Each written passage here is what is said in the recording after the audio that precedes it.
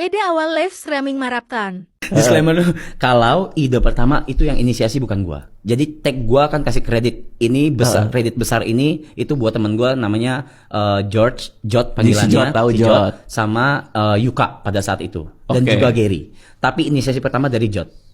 Dari Jot. Oke, inisiasi pertama untuk bikin si streaming Kayak bersama-sama. gitu. Bersama-sama.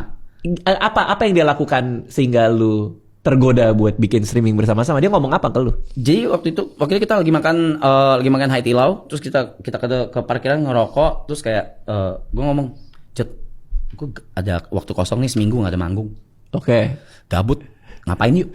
Terus Oke mas, gue punya proposal. tiba-tiba berarti udah nyiapin dari itu.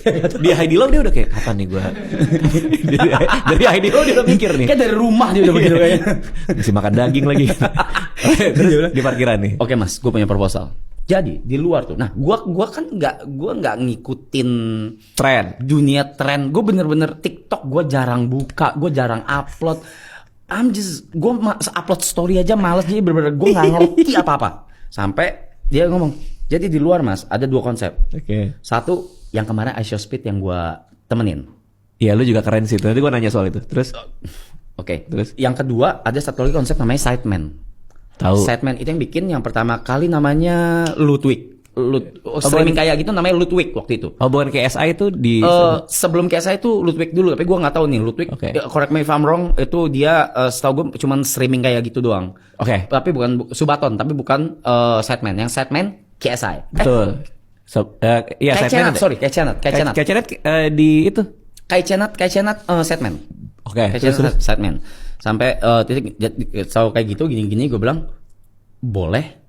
Nah, tunggu, yang lo bilang boleh tuh yang mana? Kan Sideman. dia mau Sideman. proposal. Oh, oke. yang Sideman, yang ramean, yang Oke. ada sama temen berempat, sama temen gitu. Keren. Terus gue tapi karena mereka tahu sifat gue se brengsek apa, Emang seberesek apa?